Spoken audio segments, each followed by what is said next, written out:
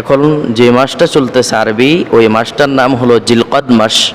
এর পরের মাস হলো জিলহজ মাস।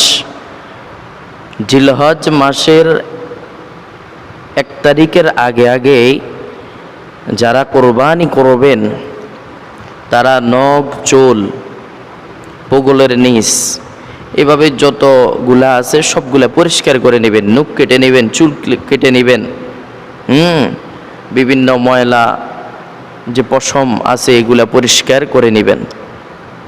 আর যারা কোরবানি করতে পারবেন না তারাও যদি এই আমলটা করেন, এক রিওয়ায়াতে আছে আল্লাহ তাআলা তাদেরকে এই আমল করার কারণে আল্লাহ তাআলা তাদেরকেও কোরবানি করার সওয়াব দান করবেন। সুবহানাল্লাহ। তাহলে আমরা এই কাজটা করব ইনশাআল্লাহ। আমরা সকলেই জিলহজ মাসের 1 তারিখের আগে আগে নখ, চুল এগুলা কেটে নিব। জিলহজ মাসের 1 তারিখ আসার আগে আগে আমরা নখ, চুল এগুলা কেটে নিব। আর যারা কোরবানি করতে পারবো না তারাও নখ, চুল এগুলো কেটে নিব। তাহলে আল্লাহ পাক আমাদেরকে কোরবানি করার সওয়াব দান করবেন।